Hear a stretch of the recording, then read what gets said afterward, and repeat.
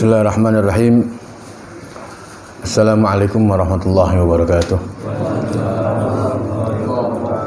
Alhamdulillah, walhamdulillah, alhamdulillah. Wassalatu wassalamu ala Rasulillah Sayyidina Muhammad ibn Abdullah wa ala alihi wa sahbihi wa mawalah, la hawla wala quwwata illa billah. Rabbana lakal hamdu hamdan katsiran thayyiban mubarakan fi. Subhanaka la ilma lana illa ma 'allamtana innaka antal alimul hakim. Subhanallahi mil'al mizan wa muntahal ilmi wa mablaghar ridha wa zinatal arsy. Alhamdulillahi mil'al mizan wa muntahal ilmi wa mablaghar ridha wa zinatal arsy.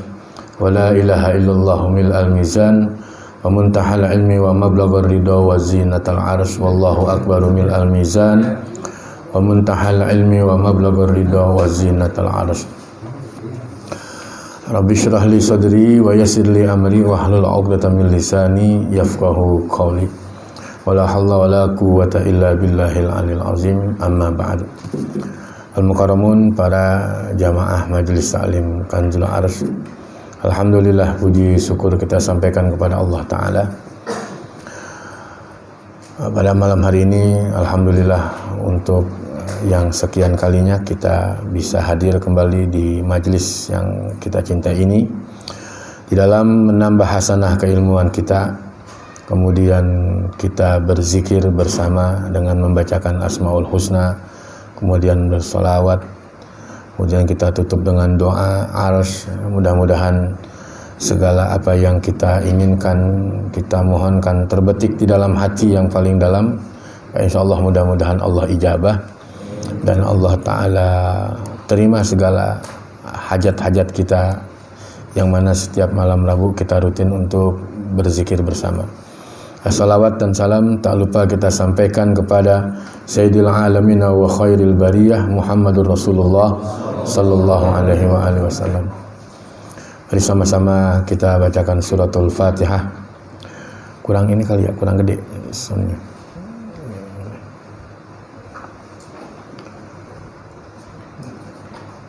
Sini nih, masuk ke sini Dani, dan sini Dani. Ya, kita kemudian enggak? Pas. Kita bacakan suratul Fatihah kepada Hadratus Syekh Kiai Haji Hasyim Asy'ari yang mengarang ini kitab Adab Alim wal Muta'alim. Semoga kita mendapatkan keberkahan dan juga mendapatkan syafaat ma'unah dari beliau sebagai seorang wali dan ulama besar. Ila hadrati muallif hadzal kitab Adab Alim wal Muta'alim Hadratus Syekh Kiai Haji Hasyim Asy'ari wa usulihi wa furu'ihi rahimahullahu ta'ala wa nafa'na wa bi'ulumihi. Al-Fatihah.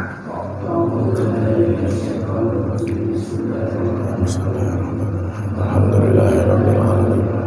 Ar-Rahmanir-Rahim, Maliki yaumiddin. Iyyaka na'budu wa iyyaka nasta'in. Ihdinas siratal mustaqim.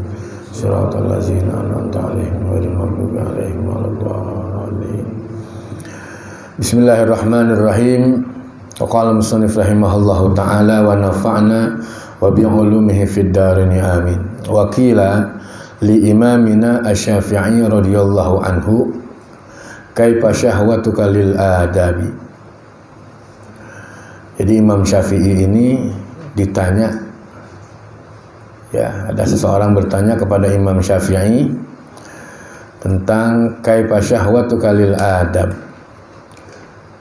Bagaimana pendapat kamu tentang adab, pengetahuan kamu tentang adab itu. Jadi ini kitab memang lebih mendominasi ke adab, ya. Jadi adab. Karena seseorang itulah yang bisa menjadi mulia karena adabnya itu. Orang yang berilmu, dia nggak beradab, maka nggak akan ada kemuliaannya itu. Adab.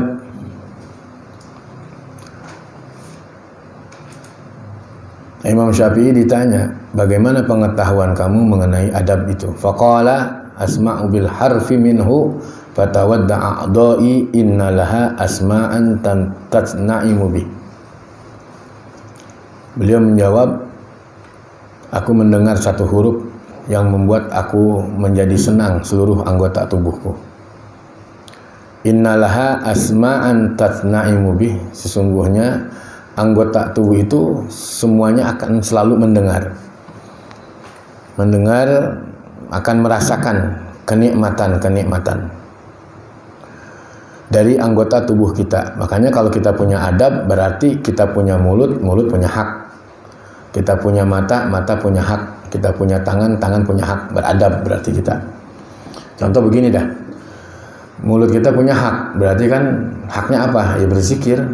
Lisanun zakirun, lisan yang selalu berzikir, yang basah dengan zikir. Itu adab. Jadi kalau kita nggak zikir, berarti kita nggak beradab. Kemudian kita punya kaki kita langkahkan kemana? Ke masjid, ke mushola, ke majelis taklim, beradab. Makanya akan mulia. Matinya pun juga insya Allah mati mulia. Walaupun kita ini bukan seperti salafus saleh, kita punya amal-amalan gitu. Mereka yang salatnya 1000 rakaat, 200 rakaat, zikir baca la ilaha illallah 25.000 kali setiap hari, Allah 25.000 kali, sholawat 25.000 kali. Itu orang-orang salaf dulu begitu. Pantas mereka kalau masuk surga tanpa hisab. Kita nih yang memang nggak ada amalan kita seperti mereka, tapi kita berada di gerbong bersama mereka, insya Allah selamat dunia akhirat. Itu berarti adab. Jadi yang membuat Imam Syafi'i ini menjadi senang anggota tubuhnya, dia akan merasakan nikmat, kata beliau itu, karena beradab. Tangan punya hak, mengangkat tangan, berdoa, berbagi, mengeluarkan infak, bersedekah. Haknya tangan, mengambil. Tuh, kemudian apalagi tuh mata, ya memandang sesuatu yang mendapatkan pandangan kemuliaan dari Allah. Kita punya mulut begitu juga, kita punya kaki. Nah, itu adab semua tuh. Makanya akan menjadi mulia kalau dia mempergunakan anggota tubuhnya ila mardotillah, menuju kepada keridhaan Allah Ta'ala. Adab. Berarti kita bersyukur masih bisa mengaji, masih bisa berjamaah, masih bisa silaturahim. Pilihan Allah di akhir zaman ini begitu. Memang asing kelihatannya, hari gini masih ngaji bahai, hari gini masih zikir aja, masih baca asma tuh. Makanya Nabi katakan dalam sebuah hadis, bada'al islamu ghoriban wa sayaudu ghoriban kama bada'a fatuba lil ghuraba. Jadi beruntung bada'al islamu, Islam lahir ke tengah-tengah manusia itu seperti orang asing. Dan di akhir zaman ini Islam itu asing. Apalagi mereka sudah nggak beradab. Ya sudah, Quran nggak dibaca, zikir dah nggak mau, ngaji dah nggak mau, begitu. Ya, itu akhir zaman. Jadi ibarat yang pernah saya sampaikan, bara api itu. Bara api kalau kita pegang, insya Allah kita akan selamat, walaupun panas kerasa. Jadi Islam itu lahir ke tengah-tengah manusia seperti orang asing. Di akhir zaman Islam itu akan asing oleh orang Islam itu sendiri. Fatuba lil ghuraba, maka beruntunglah orang yang menjadi orang asing. Tuh, beruntung orang yang masih senang baca Quran, kelihatannya asing memang di akhir zaman, karena dia akan selamat. Beruntung orang yang hadir ke majelis ilmu, asing memang kelihatannya, karena dia akan selamat. Beruntung orang yang berzikir kepada Allah, asing memang kelihatannya, dia akan selamat. Begitu dengan duha. Nah, disinilah adab itu berkhidmat dengan apa yang bisa kita berikan. Termasuk ya membuat ini medsos, kemudian yang bawa makanan, yang aqua, beli ini beli itu, subhanallah. Itu satu anugerah dari Allah Ta'ala. Itu yang harus kita jaga dan pelihara atau kita pertahankan. Jadi kemana kita belanjakan harta kita itu, dari mana kita dapatkan uang kita itu. Adab, memakai adab. Alangkah nikmatnya jika seorang hamba Allah itu dia bisa menjaga, ya, dia bisa menjaga adab, dia bisa menjaga akhlak, terutama dengan apa yang Allah sudah anugerahkan kepadanya, kepada kita terutama sebagai hamba-hamba Allah Subhanahu wa ta'ala. Jadi beruntung dah kita yang begini nih, yang masih demen ngaji, yang nggak mengambil pusing urusan orang, nggak ada punya rasa iri sama orang. Kita mah begini baik udah, begini jalannya udah. Jalannya para siddiqin, jalannya para syuhada, jalannya para solihin, jalannya para amilin. Wakila lahu wa kaifa talabuka lahu, dan dikatakan kepada Imam Syafi'i itu wa kaifa talab, dan bagaimana kamu mencari atau menuntut daripada adab itu. Jadi ditanya kembali oleh orang itu yang bertanya kepada Imam Syafi'i. Jadi Imam Syafi'i ini kan ulama mazhab, ya. Umumnya di Indonesia ini kita ini memakai mazhab Imam Syafi'i. Jadi ulama Syafi'iyah. Beliau ini adalah murid daripada Imam Malik. Bagaimana cara engkau menuntut adab itu? Kata orang bertanya nih kepada Imam Syafi'i. Qala talabul mar'ah al-mudillatu waladaha wa laysa laha ghairuh. Ditanya kemudian dijawab oleh Imam Syafi'i, aku ini mencari adab, mencari akhlak ibarat seorang perempuan yang kehilangan anaknya. Coba. Jadi kata beliau ini, adab itu kata Imam Syafi'i ibarat seorang perempuan yang kehilangan anak. Orang enak. Walaysa laha ghairuh, dan tidak ada yang lain kecuali anak itu. Sampai sebegitu Imam Syafi'i, orang yang beradab, makanya subhanallah mazhabnya dipakai di mana-mana. Bahkan ada yang di dunia dikenal sekali Imam Syafi'i. Kenapa? Adab, tuh, adab. Orang yang beradab maka dia akan mulia. Bukan hanya dipandang Allah Ta'ala, bahkan sesama manusia pun dia akan selalu dipandang mulia, adab itu. Jadi ketika ditanya bagaimana engkau mencari adab itu, jadi diibaratkan kata Imam Syafi'i ibarat seorang perempuan yang kehilangan anaknya. Nggak enak, nggak lengkap begitu adab itu. Ya, kita ngaji-ngaji aja, tapi kalau nggak adab bagaimana? Makanya kemarin dijelaskan oleh Imam Ruwaim bin Ahmad, generasi ulama salaf, bahwa ya bunayya ij'al ilmuka malahan wa adabuka dakikon. Kata beliau, wahai anakku, jadikanlah ilmu kamu itu ibarat garam dan adab kamu itu seperti tepung, katanya itu. Jadi garam ya penyedap yang bisa menyebar luaskan ilmu itu, tapi harus dibungkus dengan adab. Wa qala ba'dhum at-tauhid yujibul iman faman la imanalah la tauhidalah.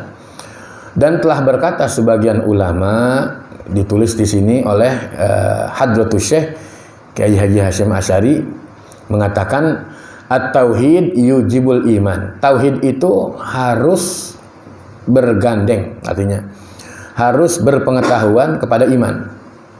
Ya, nyocokin lah gitu ya, nyocokin kepada iman, tauhid itu.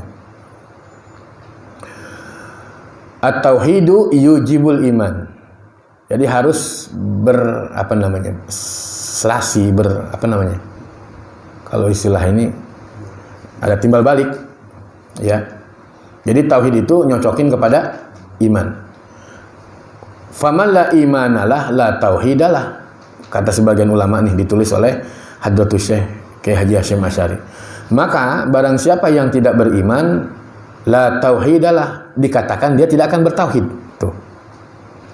Orang yang bertauhid, tauhid itu harus nyocokin kepada iman. Mantap imannya, insya Allah dia akan bertauhid. Jadi nggak goyah, nggak takut, nggak bingung, nggak mundur dalam kondisi apapun, apalagi kolor. Nah, iya. Iya, orang-orang mah pada begini, Pak. Nah, kalau iman yang mantap kan tenang aja. Mantap imannya. Apalah arti tauhid kalau nggak beriman gitu. Makanya banyak orang yang belajar tauhid tetapi begitu dihadapkan dengan keadaan kadang down, nyerah, kabur, takut. Tuh. Tapi kalau imannya sahih, imannya mantap, nggak, jalan terus, bismillah, ada Allah gitu. Jadi backingnya Allah saja udah kita. Tuh. Jadi at-tauhidu yujibul iman faman la iman la tauhidalah. Jadi tauhid itu nyocok ya, berkesinambungan ya, berhubungan dengan iman. Barang siapa yang tidak beriman maka dia tidak bertauhid. Tuh, orang yang nggak beriman nggak bertauhid. Bagaimana? Imannya nggak ada, sholat nggak mau, padahal sehat-sehat, tapi nggak sholat, berarti nggak beriman, nggak bertauhid. Siapa yang disembah kira-kira? Padahal rezeki dari Allah kan, sehatnya juga dari Allah. Tuh. Jadi siapa yang disembah gitu? Makanya aib banget, terbesar aib, hinanya orang kalau dia nggak sholat. Tuh. Makanya kalau dalam istilah ilmu fikih itu ada yang namanya makhluk muhtaram, ada ghairu muhtaramin. Ada yang dimuliakan, ada yang nggak dimuliakan. Contohnya begini, misalkan ada air cuman segelas, ya kan? Di situ ada orang nggak sholat, yang seharusnya air ini kita kasih kepada orang yang nggak sholat. Kenapa? Dia bisa mati kalau nggak minum. Ya kan, kita mau wudhu, air cuma segelas-segelasnya, kita pakai wudhu. Wudhu itu kita pakai syarat untuk sholat. Kira-kira kita pakai wudhu apa kita kasih orang yang nggak sholat? Kita pakai wudhu. Orang yang nggak sholat biarin baik dia mati. Sampai begitu. Cara hukum hina banget orang yang nggak sholat itu. Cara fikih ya, cara fikih. Misalkan ini air cuma segelas kita pakai mau berwudhu, udah nggak ada lagi, pakai berwudhu. Kemudian itu ada orang nggak sholat, sehat dia butuh air itu, nggak usah dikasih, kita pakai buat berwudhu. Sebaliknya nih, kucing, binatang yang mulia, kambing, binatang yang mulia, kita mau pakai untuk berwudhu, air cuma segelas, kita kasih apa kita pakai? Kasih minum itu ayam, kasih minum itu kucing, kita ganti dengan tayamum. Berarti kan orang yang nggak sholat hina banget tuh, masya Allah, aib banget orang yang nggak sholat, hina sampai sebegitu. Air itu mendingan kita kasih kucing, jadi kita ini ganti dengan tayamum. Tapi kalau orang yang nggak sholat, atau mungkin ada babi, ada anjing, udah biarin dia mati, kita pakai aja itu air untuk sholat. Sampai begitu hinanya orang yang nggak sholat, nauzubillah. Jangan nyepelehin begitu. Karena sholat itu imaduddin, tiangnya agama. Jadi barometernya ibadah ada di sholat. Iman. Wal imanu yujibu syariah, dan iman itu nyocok ya, jadinya berhubungan dengan syariat. Faman la syari'atalah la imanalah wala tauhidalah. Siapa orang yang enggak mengerjakan syariat, maka dikatakan dia tidak beriman dan tidak bertauhid. Tuh. Orang yang enggak bersyariat, yang enggak menjalankan syariat, itu tadi salat sama orang tua berani ngelawan, tuh. Salat, tapi begitu berarti enggak ada adab, enggak ada iman. Orang kalau yang beriman enggak begitu. Orang kalau yang beriman tingkah lakunya lemah lembut, baik begitu. Cara bicaranya. Kalau yang beriman, santun, etika. Kenapa? Karena semuanya barometernya itu ada di sumber dari segala sumber berlian. Siapa? Rasulullah SAW. Tuh, jadi sumber berlian yang memancarkan cahaya majelis taklim. Kenapa? Karena ada Rasulullah SAW. Makanya kalau dibilang itu yang namanya keledai, yang namanya kucing, kalau Allah bukakan ini majelis kita nih, semuanya bakalan datang ngaji sama kita begini. Kenapa? Karena ada sumbernya. Siapa? Rasulullah Sallallahu Alaihi Wasallam. Tapi kan Allah tutup hijabnya. Siapa yang doyan, yang perlu, yang butuh, yang ingin mendapatkan mati husnul khatimah dengan membawa iman, mati dalam pembelaan dari Rasulullah, ngaji. Ya alhamdulillah yang jauh-jauh dari Cipulir, Pak Arisol, kemudian Lala hadir. Ya itu. Kalau Allah bukakan, jangankan kita yang jauh-jauh, itu yang namanya keledai dia bakalan datang ke kita begini ngaji. Yang namanya kambing, yang namanya kerbau, dia bakalan datang ngaji kalau Allah buka rahasianya. Kenapa? Karena ada segala, karena ada sumbernya, sumber dari segala sumber Rasulullah Sallallahu Alaihi Wasallam. La ilaha illallah. Faman la syari'atalah la imanalah wala tauhidalah. Siapa orang yang tidak bersyariat, maka dikatakan dia tidak beriman dan tidak bertauhid. Itu orang yang menjalankan syariat. Quran enggak dibaca. Ayo baca Quran. Udah waktunya sekarang. Ini udah akhir. Panasnya udah deket banget kayak matahari kepala kita. Kayaknya kita pelototin, Masya Allah. Langsung sakit mata kita. Ada apa nih? Kayaknya dibuat santai. Kita nggak tahu akan terjadi apa. Allahu Akbar. Yang belum kawin dah dulu. Iya, panasnya luar biasa. Panas banget. Masya Allah. Ini ada apa gitu. Udah akhir zaman ini. Jadi kita dibikin begini nih dengan berita-berita yang nggak jelas. Ya Allahu Akbar. Udah, pegangan kita majelis taklim aja ngaji. Ngaji. Ya, kalau kata Abu Yadim Yati al-Maghfurlah almarhum, thariqah aing mah ngaji baik begitu. Thariqahnya bukan thariqah bacaan zikir itu enggak. Baca udah ngaji baik ngaji udah ngaji. Jalan silaturahim berjamaah, duduk berzikir bersama, subhanallah. Wasyari'atu tujibul adab, dan syariat itu nyocok kepada adab, harus bergandeng kepada adab. Syariat itu harus berkesinambungan dengan adab. Pamala adabalah la syari'atalah wala imanalah wala tauhidalah. Dan siapa orang yang tidak beradab, berarti dia tidak bersyariat. Tuh. Jadi adab ternyata yang jadi patokan lebih utama itu, adab. Siapa orang yang tidak beradab, maka tidak bersyariat. Tidak dikatakan dia beriman, tidak dikatakan dia bertauhid. Coba adab, jadi semuanya diukur dengan adab. Adab baik, pasti dia beriman. Kan adabnya luar biasa. Adab kepada Allah, adab kepada Rasulullah, adab kepada sesama manusia. Adab. Jadi semuanya diadab, ya. Tauhid, iman, syariat, dia harus ngocokin kepada adab. Kalau adabnya mantap, insya Allah syariat dia akan jalankan, iman dia akan kuat, dia akan sahih, kemudian dia akan bertauhid. Sama seperti orang yang hidupnya selalu bersyukur kepada Allah. Kalau orang selalu bersyukur, sudah pasti dikatakan dia ibadah. Kenapa? Karena bersyukur sih hidupnya. Bersyukur kepada Allah Ta'ala, alhamdulillah. Tuh. Tetapi orang kalau yang ibadah belum tentu dikatakan dia bersyukur. Benar. Karena dikatakan juga belum tentu dia beradab. Gitu. Orang kalau yang beradab pasti hidupnya selalu bersyukur kepada Allah Ta'ala. Adab. Kenapa? Karena menjaga adab kepada Allah. Oh, ini nggak boleh. Oh, nggak boleh mengunjing orang. Oh, nggak boleh menghina orang. Oh, nggak boleh mencemoohkan orang. Tuh, adab. Akan dijaga lisannya itu. Justru yang dia pergunakan, kata Imam Syafi'i, anggota tubuhnya itu akan terdengar kenikmatan-kenikmatan. Dengan apa? Dia tujukan menuju kepada keridhaan Allah Ta'ala, anggota tubuhnya itu. Ini salah satu buktinya kita jalan kemari. Berjamaah berkumpul, datang saudara-saudaranya. Yang dari Gaga, yang dari Impres, yang dari AMD, yang dari... Ya Allah, nikmat sekali ya, subhanallah. Mudah-mudahan bisa istiqomah. Nah, jam 9 pas. Soalnya nanti kita akan lanjutkan lagi ya. Jadi cukup 2 nasihat ya yang dikutip, ditulis oleh Hadratus Syekh Kiai Haji Hasyim Asy'ari, yaitu keterangan yang datangnya dari Imam Syafi'i dan kemudian juga datangnya dari sebagian ulama ya, yang tadi saya sudah sampaikan tuh.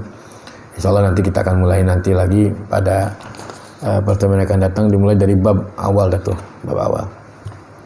Cukup ya. Allah mudah-mudahan manfaat. Ya, mudah-mudahan manfaat.